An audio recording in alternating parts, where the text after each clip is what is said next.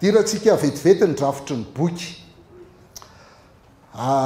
Manahoana firafitry ny boky tena toa dia tsotra be mihitsy iny firafitry ny boky mizara telo izy. Nataontsika hoe grand A dia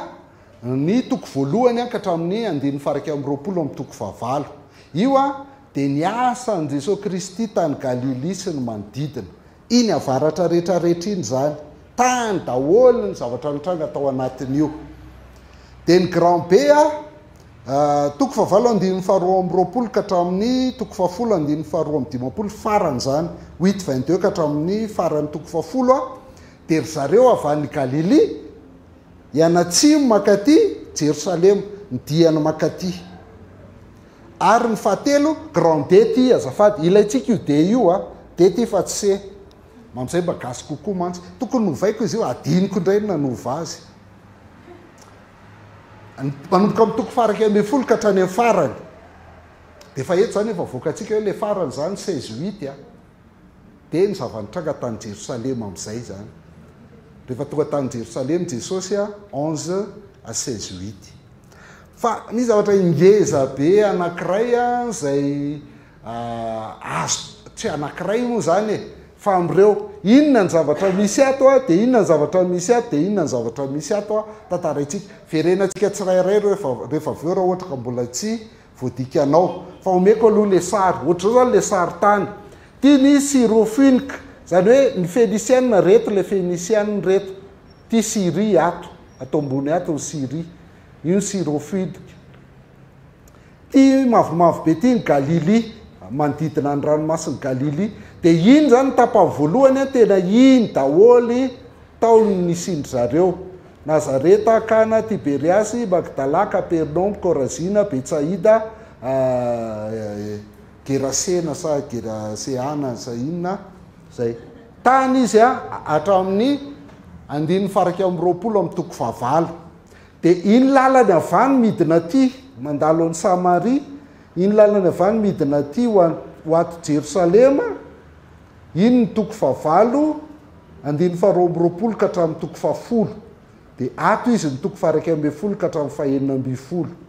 zay le izy. Mila azontsika tsaina foana zay saritany zay dia manampy antsika. Ato izy zany 1-8 ato izy 8-10 dia ato izy 11-16. Raisitsika amin'izay inona ny resahany ao amin'ilay tapany voalohany grand A. Ny resahany ao tamin'ile tany tonga dia ataovy grand A fotsiny raha mandray noty ianao ny iresahany an Jesosy Kristy ao dia lay zanak'Andriamanitra mahery, le Fils de Dieu tout-puissant. Ny herin'i Jesosy Kristy amin'ny mahazanak'Andriamanitra azy no hita ao. Dia misy fahagagana be dia be zany tena ataony ao. Ny fahagagan'i Jesosy, ny fanasitrahany fandroahany demonia, ny fanasitrahany nataony ao daholo mipotro zany. Fa ohatrany afen'ny Jesosy zany heriny zany, afeniny zany,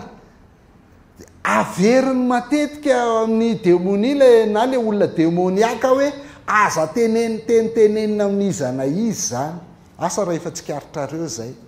Fahagagana be dia be ny ataony eo fa teneny foana hoe aza tenenina amina izana izy zany. Maka ohatra maromaro tsika 1:23-26. Tamin'izany indrindra dia nisy olona ray teo amin'ny sinagogany izay azony fanahy maloto ary niantso mafy raha lehilahy hoe momba fa ninona kory izay isy ianao ry Jesosy avy any Nazareta, avy andringana anay va ianao, fantatro fa ilay masin'Andriamanitra ianao. Ary Jesosy niteny azy mafy hoe mangina ianao ka miala aminy. Tsy avela ny teny ny fiziny hoe Jesosy avy any Nazareta zanaky ny lay masin'Andriamanitra ianao, mangina ianao ka miala aminy. Dia nafanitsitona ny tena n'ilay marary ny fanahy maloto dia niantso tamin'ny feo mahery vao niala taminy. 9:4-30.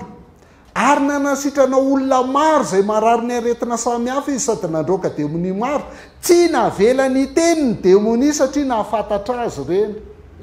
Tsy navela ny teny. 9:4-7. Tandremo tsara mba tsy hisy olazainao na amin'iza na amin'izy zao fa mandehana. Ty le boka ny sitraniny teto.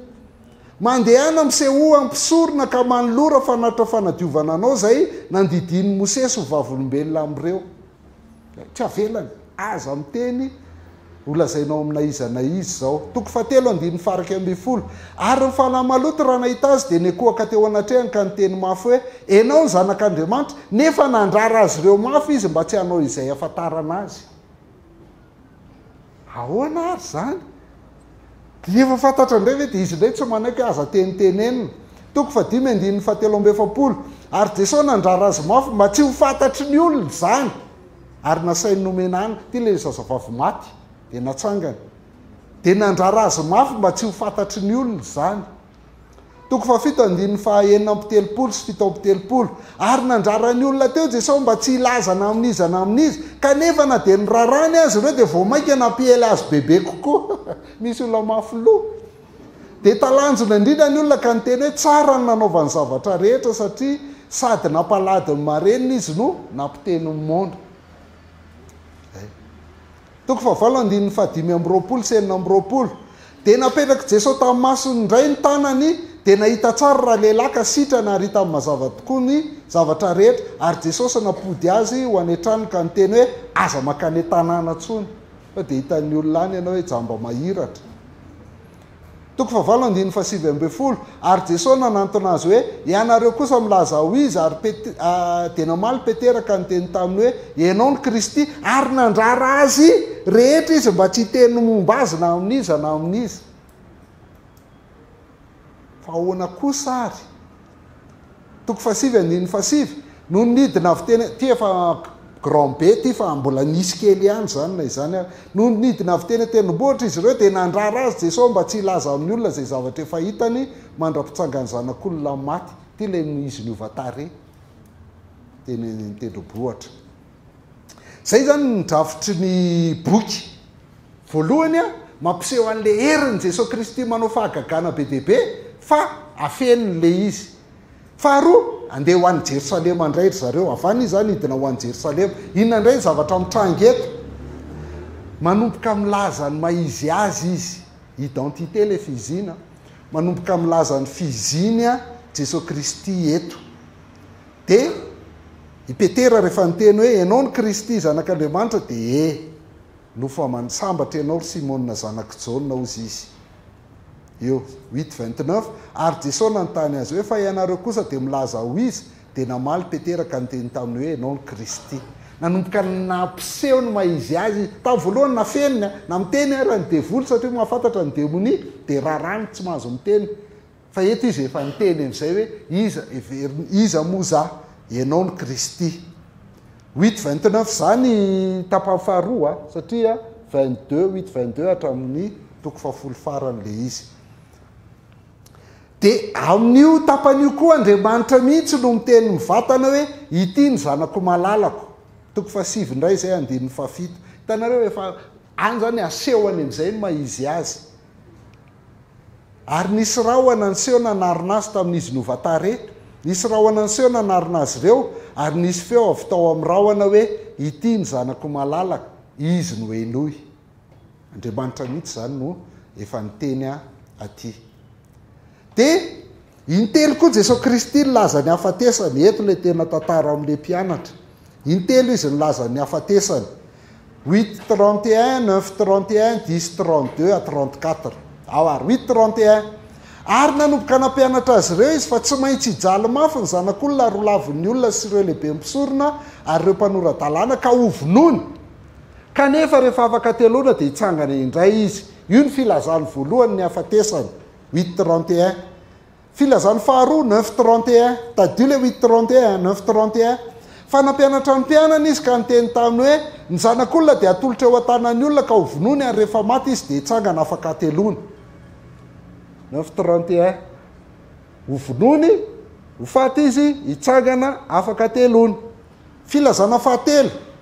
10:32 ary Jesosy ny mpianany teny an-dalana niakatra ho an'i Jerosalema ary Jesosy nandeha teo alohany dia gaga ny mpianany ary izay nanatrika azy dia natahotra ary naka 12 lahy indray izy dia nilaza tamin'izay efa anjoa azy io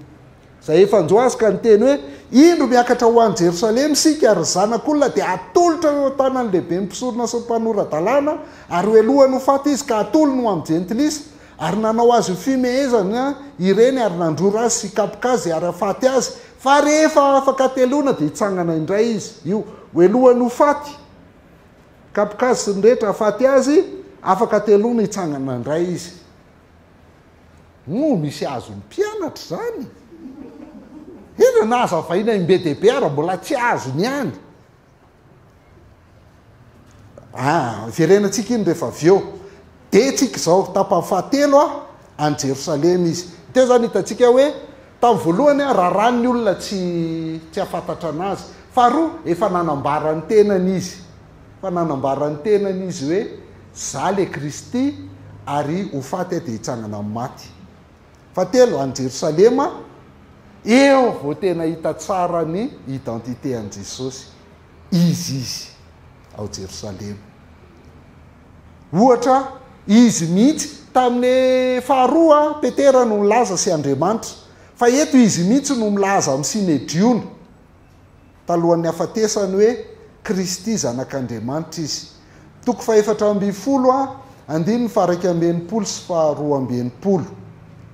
14:61-62 fa tsy niteny Jesosy sady tsy namaly akory dia nanontany azy indray mpisorona be ka niteny taminy hoe enova ny Kristy zanaky ny saorana dia hoy Jesosy izany ho izy ary hitanareo ny zanak'olona mipetraka eo kavanan'ny hery avy any amin'ny rahoan'ny lanitra teo izy aho vonanaiky hoe za le Kristy zanaky ny saorana dia eo koa le kapiteny koa nanamafy tamin'izy efa maty eo amin'ny azo fijaliana mihitsy zany dia nanamafy ny kapiteny 15:39 ary ny kapiteny izay nanatrika nanandrify azy raha nahita fa toy izany no na afaka ny ainy dia niteny hoe marina tokoa fa zanak'Andriamanitra io lehilahy io ao zay zany izy mizara telo tamin'ny voalohany tany Galili sy manodidina dia nafeniny foana ny maizy azy faharoa tamin'ny eny an-dalana ho any Jerosalema dia fa nanomboka nilaza ny tamin'ny mpianany izy hoe za le Kristy ary ho faty fa amin'ny fahatelo izy tao Jerosalema dia fa tena mipoitra tsara ny maizy azy